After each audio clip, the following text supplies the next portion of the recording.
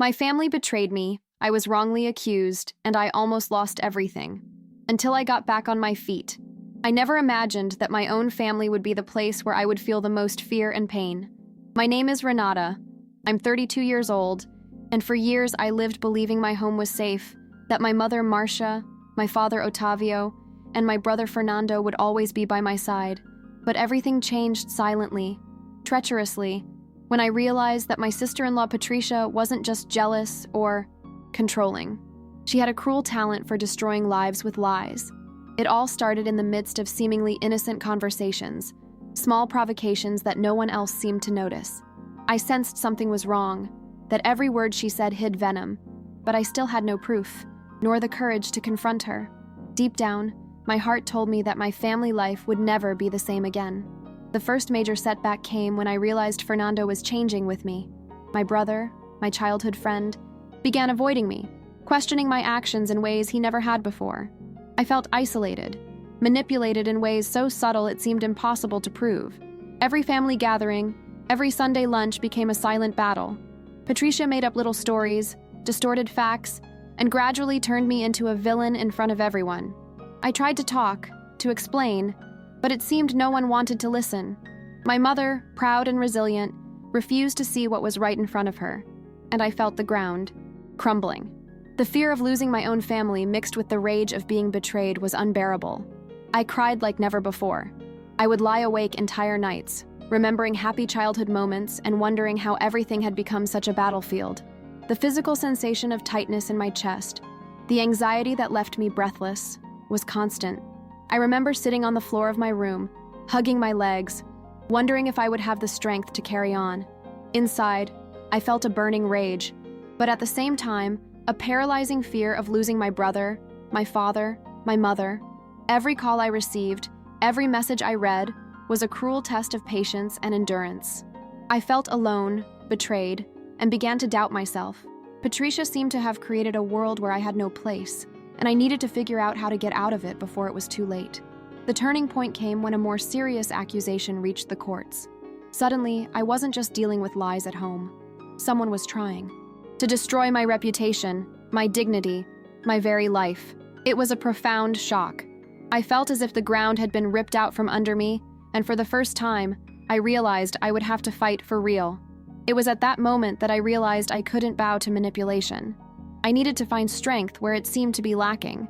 I needed to gather evidence, document conversations, seek help.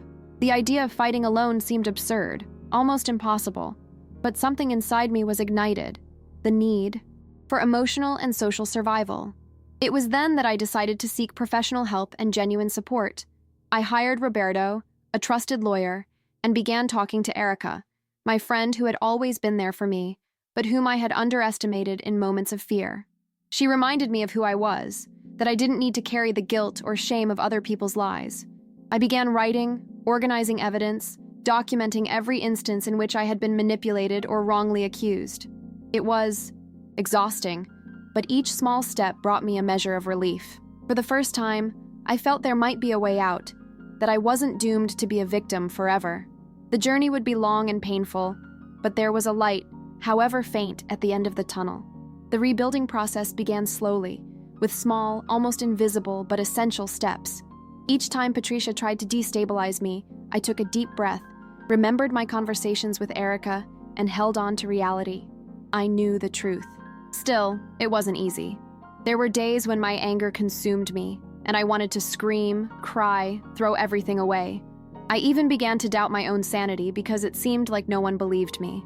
My mother still struggled to see through the manipulations, and my brother remained confused, torn between family loyalty and Patricia's lies. It was agonizing to feel like I had to fight not just against someone outside of me, but against the very family I loved. There were times when I almost gave up.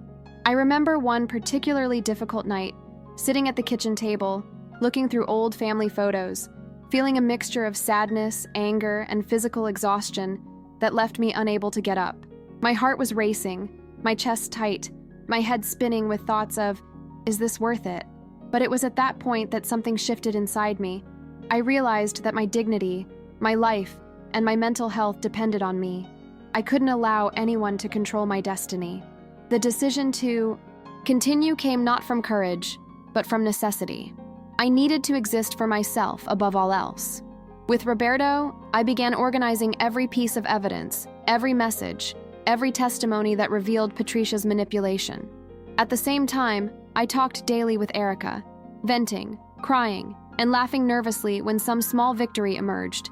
Each step was painful, but also liberating. Little by little, I realized I wasn't just fighting a manipulative sister-in-law. I was rediscovering myself, discovering the strength that existed within me, which had been stifled by fear and isolation. I began to feel more confident, even when the path seemed impossible. Family gatherings became arenas of tension, and I learned to position myself without attacking, to respond with facts and clarity, without giving in to provocations. Fernando remained divided, and my mother still took a while to believe me, but I noticed small changes, glances, doubts cast at Patricia, silent concessions to the truth that was seeping in. Each small victory was a spark of hope, fueling my will to carry on, even with my heart aching and the memories of betrayals fresh as open wounds. I felt the adrenaline, fear, and relief in waves, as if my entire body were on constant alert. I also began to take care of myself in practical ways, physically and emotionally. Small things, walking, breathing, writing down my feelings, even trying to laugh again. Each gesture was a reminder that I still existed, that my emotions mattered. I realized that part of rebuilding myself was learning to value myself, to respect myself, even when my family seemed unable to see the truth. The anger still existed, but it didn't consume me completely. It was there to protect me and remind me to stay strong. Little by little, I understood that overcoming grief wouldn't be about forgetting or forgiving quickly, but about recovering, strengthening myself, and regaining control of my own life. Tension reached its peak when we reached the most serious phase of the legal proceedings. It was as if the whole world had stopped and I was in the eye of a hurricane. Every hearing, every conversation in court left my heart in my throat. I felt my body tremble, my hands sweat, and my head throb with so many thoughts racing at once. Patricia continued to try to destabilize me, inventing accusations, distorting facts, manipulating any situation she could use to her advantage. I needed to be stronger than my fear, more steadfast than my anger, and more patient than the anxiety that overwhelmed me. It was exhausting, but each step brought me closer to my freedom. My brother Fernando slowly began to realize he'd been deceived. It wasn't immediate, and there were moments of anger and resentment between us. He avoided me, eyed me suspiciously, and I felt the weight of the separation, as if each day of silence cut my heart a little deeper. But at the same time, I realized that the truth had a quiet force. Small inconsistencies in Patricia's stories began to stand out, and increasingly he couldn't ignore the facts. I felt a mixture of hope and fear, knowing reconciliation wouldn't be simple, but I had to persist. This emotional battle was as intense as the legal one. My mother, Marcia, remained resistant, but she began to see small signs that I was telling the truth. Every change in her gaze, every question asked without accusations, felt like a silent but profoundly meaningful victory. My heart sank, my throat thickening, with emotion, because her approval was something I had always wanted, but which Patricia tried to prevent at all costs. I began to realize that it wasn't just about winning a lawsuit or proving my innocence. It was about regaining my family, even if only partially, and above all, regaining my own voice and dignity. At the same time, I dedicated myself to myself like never before. I created routines to deal with anxiety, began writing down my feelings in more detail, and even realized I could laugh at some situations, even in the midst of pain. Every small action, every moment of self-care, strengthened me to face the challenges ahead. I constantly reminded myself of what motivated me, the need to not allow anyone to destroy my life and my self-esteem.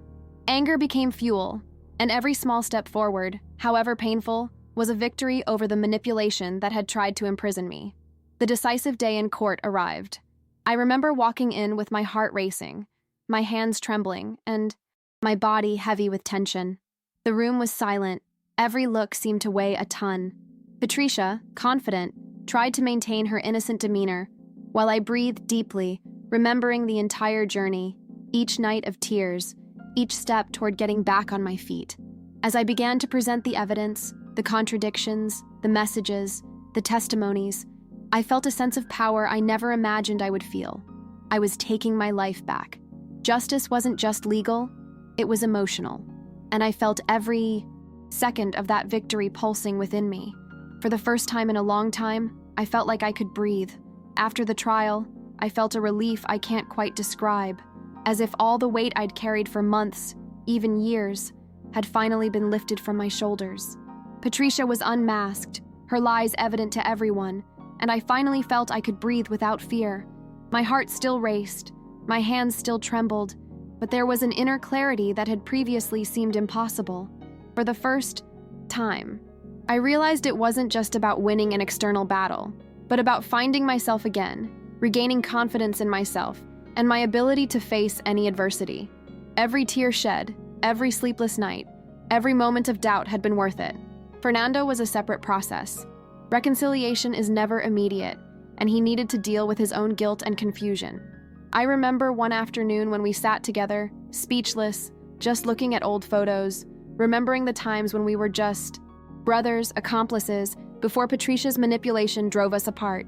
He apologized, and I felt a mixture of relief, sadness, and love. It wasn't just about proving myself right, it was about rebuilding a relationship that lies had nearly destroyed. Every hug, every gesture, was a slow but real rebuilding of trust and affection. My mother, Marcia, also began to realize the extent of the manipulation.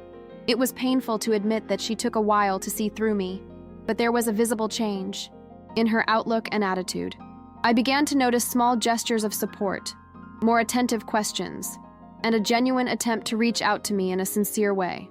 It wasn't easy for her to admit her mistakes, but it was an important step. I learned that the truth sometimes requires patience, because not everyone can see it immediately, especially when pride and emotions are involved. This experience taught me the importance of persistence, even in the face of resistance from those we love. During Apurain. This time, my friendship with Erica was my rock. She was there for me when I felt fragile, when despair threatened to consume me. I remember nights when we sat together, me crying, her listening to me without judgment, simply reminding me of my worth. Every word of encouragement, every gesture of care, gave me the strength to keep fighting, even when it seemed impossible. I realized that true support is rare, and that having someone who believes in you can be the difference between giving up and getting back on your feet. Erica helped me see that my life didn't need to be defined by anyone's lies or by the mistakes of others. Little by little, I began to regain control of my life. I began making decisions for myself, rebuilding my routine, my projects, and my dreams, without depending on Patricia's approval or my family's hesitation. I learned to trust my instincts again, to value my emotions, and to realize that overcoming obstacles isn't linear. There are ups and downs, days of pain, and days of victory. But most importantly, I discovered my own strength, the ability to pick myself up and move forward, even when all seemed lost. For the first time, I felt that my story was truly under my control, and that I could live according to my truth. As time passed, I realized that Patricia's manipulation no longer defined who I was. I had rebuilt my self-esteem, my voice, and my confidence. Every step I took to expose the truth gave me the strength to believe I could face any adversity. I still felt remnants of pain, memories of nights I cried alone, but they no longer paralyzed me. Now, I recognize that these scars were part of my story, reminding me that I survived and was capable of dealing with any obstacle. The physical sensation of relief, my heart felt lighter, and even sleep became restful again. I could finally feel peace. I reconciled with parts of my family, slowly and carefully. Fernando and my mother began to recognize my limits and respect my space.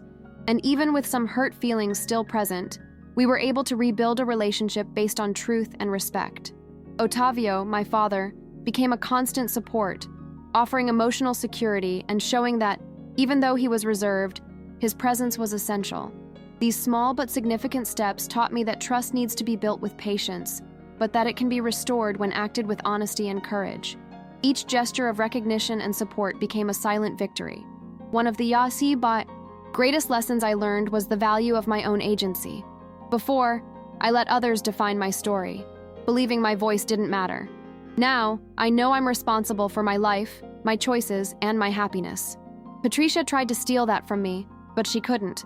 I felt, in a concrete way, that the power to rebuild was within me, and that no one could destabilize me again unless I allowed it. This awareness was liberating, giving me the confidence to act firmly and consciously in any future situation.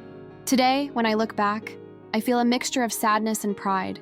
Sadness for the pain and losses I faced, pride for not giving up. Every tear, every sleepless night, every feeling of despair became fuel for my overcoming. I discovered that the strength to move forward doesn't come from the absence of fear, but from the courage to face it. I learned that it's possible to rise up even when all seems lost, that self-love and truth are powerful allies, and that rebuilding your life is a daily journey made up of small steps, patience, and persistence. Today I write this story to let others know that it is possible to overcome, even when surrounded by lies, manipulation, and pain. My story is not perfect, nor is it completely healed, but it shows that overcoming is real and possible. I believe that everyone who faces betrayal and manipulation can find their inner strength, build their emotional freedom, and regain their life with dignity. I did it, and even though there are memories and scars, my freedom, my peace, and my autonomy are achieved. And if I did it, you can too.